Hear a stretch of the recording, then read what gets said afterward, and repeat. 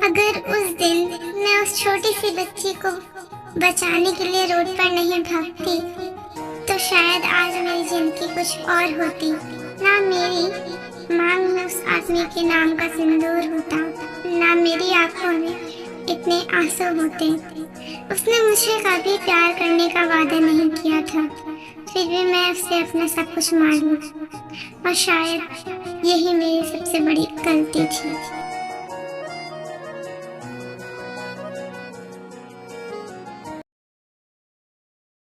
Seoul की morning की हल्की धूप एक छोटे से घर की खिड़की से अंदर आ रहे थे।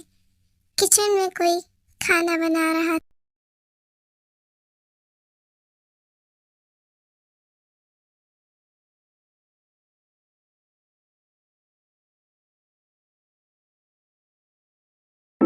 मैं हूँ किम तायोंग, 20 साल की एक लड़की। ना कोई बड़े सपने, ना कोई बड़ी ख्वाहिश। एक पूरी दुनिया सिर्फ एक इंसान थी, वो मेरी माँ। बेडरूम से जोर से किसी की खांसने की आवाज आती है। माँ। त्योंग तुरंत गैस बंद करके बेडरूम की तरफ भागती है। त्योंग की माँ बेड पर बैठी थी और बाबा खांस रही थी। त्योंग उनके पास बैठ जाती है।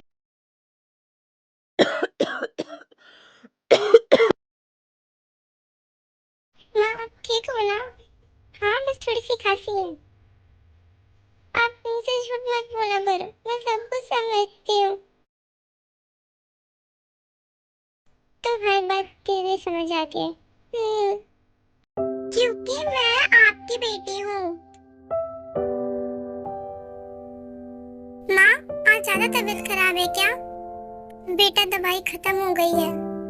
एक पल के लिए त्योंग की स्माइल गायब हो गई। उसने तुरंत अपने इमोशन छुपा लिए। कोई बात नहीं माँ, आज बेकरी से सैलरी मिल जाएगी, मैं सारी मेडिसिन ले आऊंगी। बेटा, तुम मेरे लिए कितनी मेहनत करती है ताई। त्योंग तुरंत उनके होठों पर उंगली रखती है। माँ और बेटी के बीच थैंक यू अच्छा नहीं लगता। एक दिन जब तू शादी करके चली जाएगी ना, तब मैं क्या करूँगी? माँ, मैं आपको कभी छोड़कर नहीं जाऊंगी, कभी भी नहीं जाऊंगी।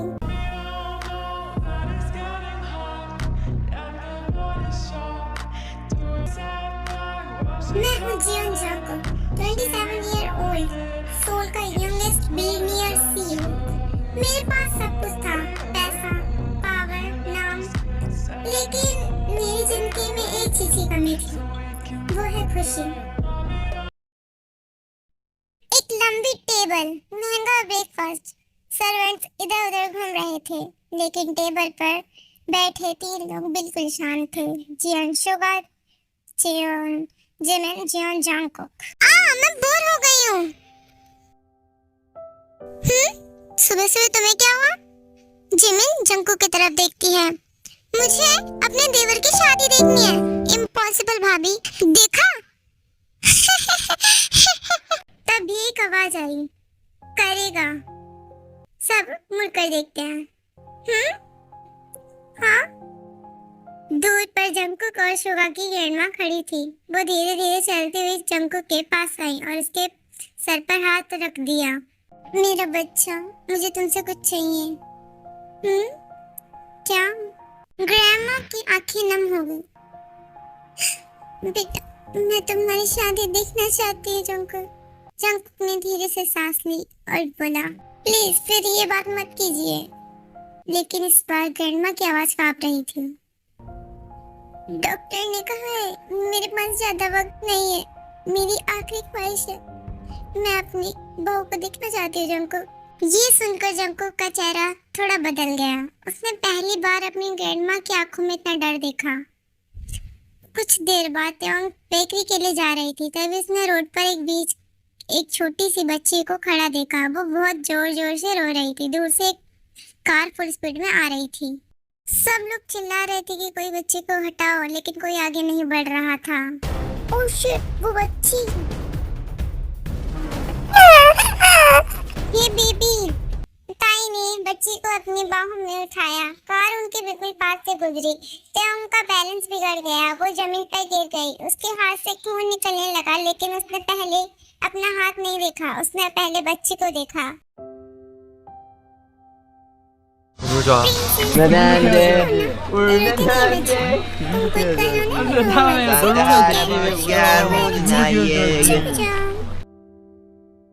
दो खड़ी एक ओल्ड वुमेन की आंखों में आंसू आ गए। वही थी जॉन ग्रैंडमा। उन्होंने धीरे से कहा, ये लड़की बिल्कुल वैसी ही है जैसी मैं अपनी बहू में चाहती थी। उन्होंने तुरंत अपनी असिस्टेंट की तरफ देखा। इस लड़की के बारे में सब पता करो।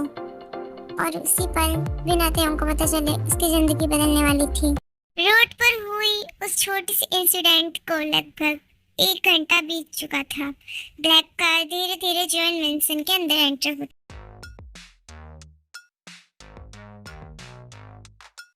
ड्राइवर ने कार का डोर खोला। जॉन ग्रैंडमा बाहर उतरी, लेकिन आज उनके चेहरे पर वो शांति नहीं थी जो हमेशा हुआ करती थी।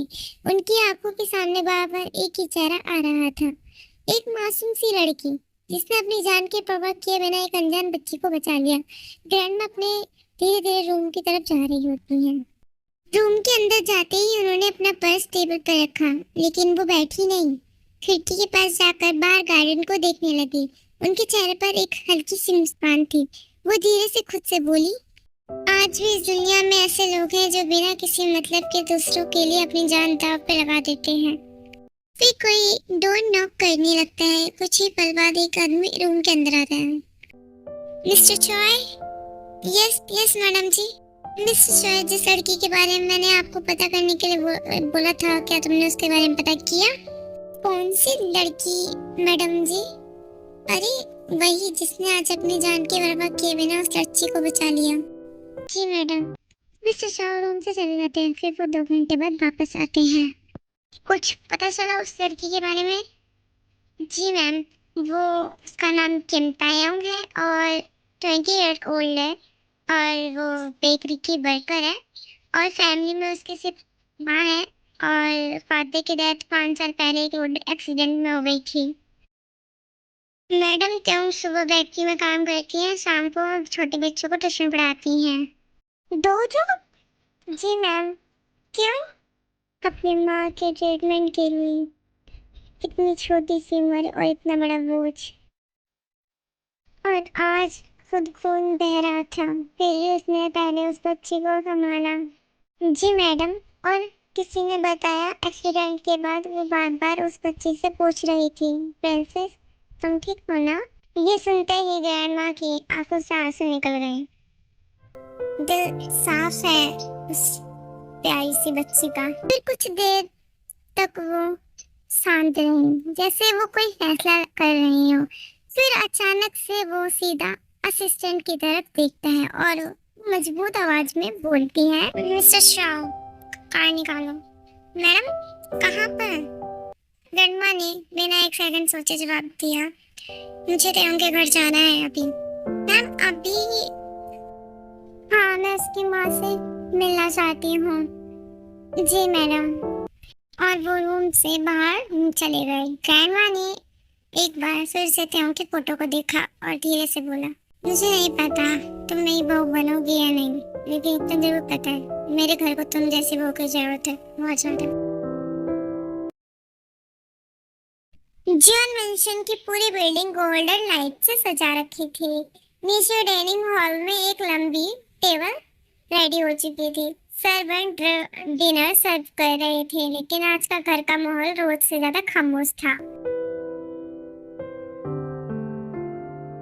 आज भी वो ऑफिस से लेट आएगा? किसकी बात कर रही हो जिमिन? आपके प्यारे भाई की। उसको घर से ज्यादा तो ऑफिस पसंद है ना। जंगकुक बचपन से ही ऐसा है जिमिन, तुम्हें पता है?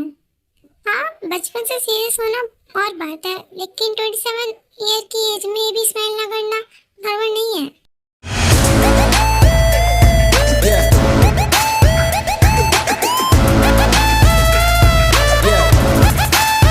जिन जंगकुक अंदर आया, उसने एक बार सबकी तरफ देखा और बिना कुछ कहे अपनी चेयर पर बैठ गया। एक सर्वेंट तुरंत उसके सामने कॉफी रख दी। जिमिन उसे घूरते हुए, good evening mister ice cube. हाँ, अब मैंने क्या किया? तुमने कुछ नहीं किया, बस पिछले 2 दिन से घर में प्रॉपर्ली बात नहीं की है। कल सुबह ऑफिस, शाम मीटिंग और रात को ऑफिस का वर्क। आखिर तुम इंसान हो या रोबोट? मेरे पास फालतू बातों के लिए टाइम नहीं है भाभी। देखा शुगा, मैं इस लड़की की शादी करवा कर ही रहूंगी, कुछ भी हो। जिमिन बैठ जाओ। लेकिन जिमिन रुकने वाली नहीं थी। उसने जंगकुक की तरफ उंगली दिखाई। तुम सुन लो, एक दिन ना कोई लड़की तुम्हारी लाइफ में जरूर आएगी जो तुम्हारी ये एटीट्यूड वाली जो शकल है ना वो ठीक कर देगी। Impossible. Love is best of time. Marriage is nothing more than contract. लोग प्यार के नाम पर सिर्फ एक्सपेक्टेशन रखते हैं। मैं किसी को अपनी लाइफ कंट्रोल करने को नहीं देता। रूम एकदम खामोश हो गया। जिमिन के चेहरा उतर गया। सुगा ने धीरे से जंगकुक की तरफ देखा। उसे पता था जंगकुक ऐसा क्यों सोचता है, लेकिन उसने कभी किसी को वजह नहीं बताई। तभी हॉल का दरवाजा खुला। जॉन ग्रैंडमा अंदर आई। सब तुरंत मुड़कर देखते हैं। ग्रैंडमा धीरे धीरे हुई टेबल के पास आई। बेटा जंगकुक, मुझे तुमसे एक जरूरी बात करनी है। जी ग्रैंडमा। ग्रैंडमा ने सबसे पहले जिमिन को देखा, शोगा को देखा, फिर चिहुक को, जो अभी अभी सिक्योरिटी चेक करके हॉल में आया था। आज मुझे एक लड़की मिली। रियली? कैसी है वो? उसका नाम किम तायोंग है। बहुत सीधी है, बहुत प्यारी भी है, और सबसे बड़ी बात, उसका दिल बहुत ज्यादा खूबसूरत है, बहुत सुंदर है। जिमिन बहुत ज्यादा ही खुश हो रही थी ये सब सुन के। कितना क्यूट नेम है उस लड़की का। शुगा चुपचाप ग्रैंडमा की बात सुन रहा था। उसने समझ आ रहा था कि ग्रैंडमा किसी वजह से इतनी इमोशनल है, लेकिन जब को उसके चेहरे पर कोई एक्सप्रेशन नहीं था। उसने सिर्फ इतना पूछा तो रूम फिर से खामोश हो गया। ग्रैंडमा ने जंको की आंखों में देखकर बोला, मैं चाहती हूँ कि तुम मुझसे शादी करो जंको। पूरा हॉल बिल्कुल चुप। चिहुक ने धीरे से अपनी नजर जिमिन की तरफ की। जिमिन सांस रोक ली। शुगा बस जंको का रिएक्शन देख रहा था।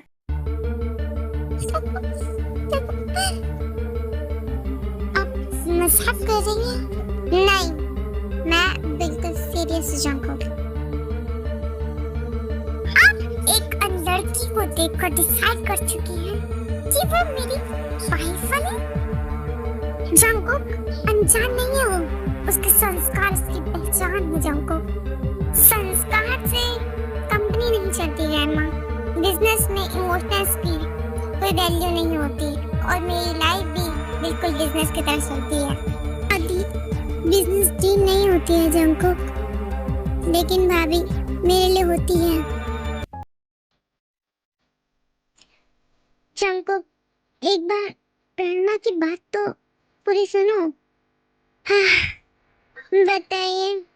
फिर ग्रैंडमा ने उसे पूरे इंसिडेंट्स बताया कि किम तायोंग ने अपनी जान की परवाह न किए बिना एक छोटी सी बच्ची को बचाया, कैसे उसके हाथ से खून निकल रहा था, और फिर भी उसने से बच्ची को पूछ रही थी, प्रिंसेस तुम ठीक हो?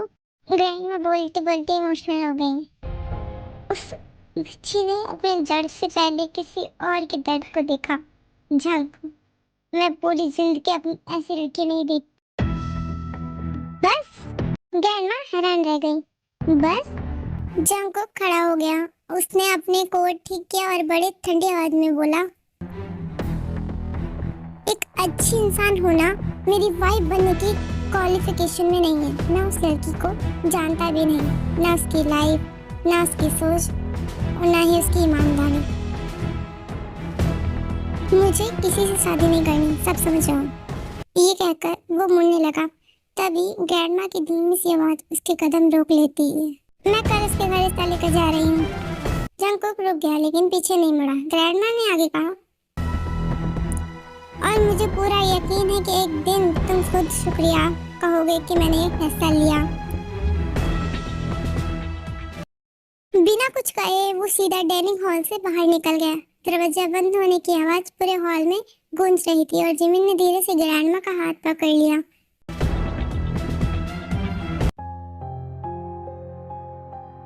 ग्रैंडमा, डोंट वरी, मैं जानती हूँ देवर जी बाहर से जितने रूड है अंदर से उतने बुरे नहीं है।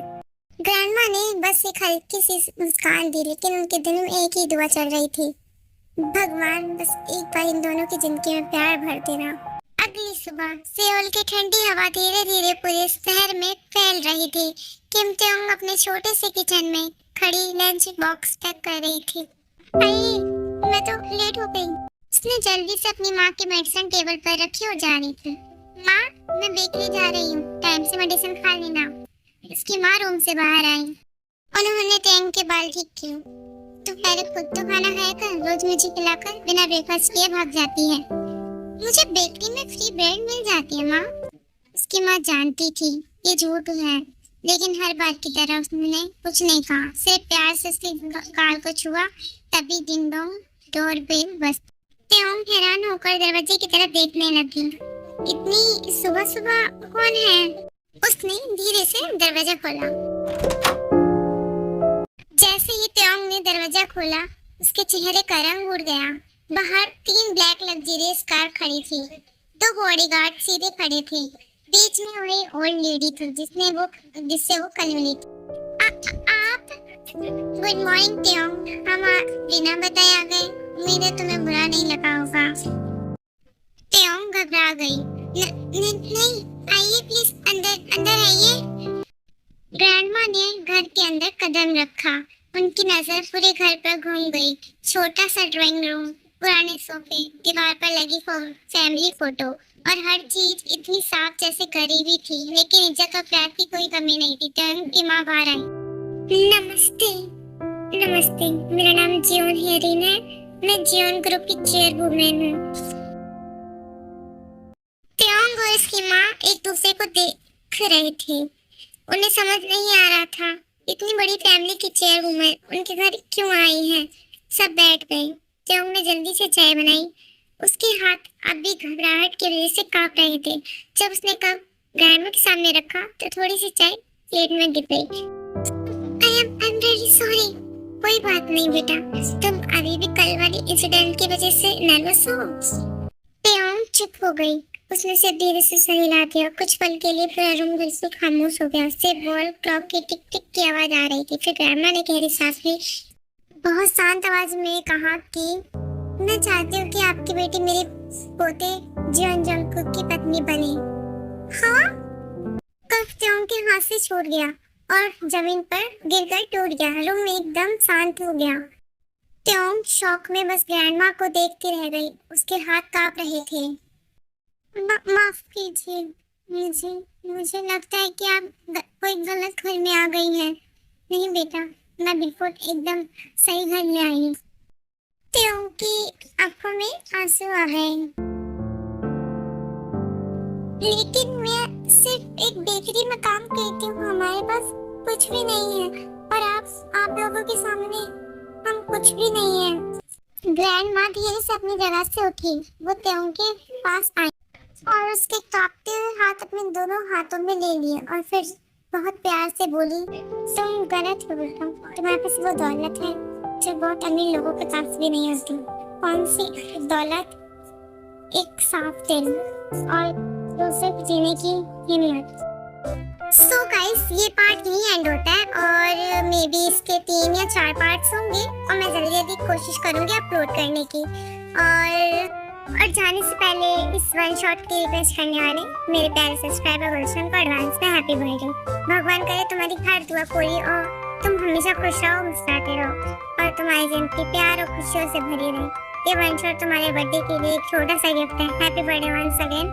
गुलशन love you and take care, bye. और ये वन शॉट आपको पसंद आया हो तो सब्सक्राइब, लाइक, कमेंट, सपोर्ट जरूर करिए प्लीज। आप सपोर्ट नहीं कर रहे हो, मुझे बहुत बुरा लग रहा है।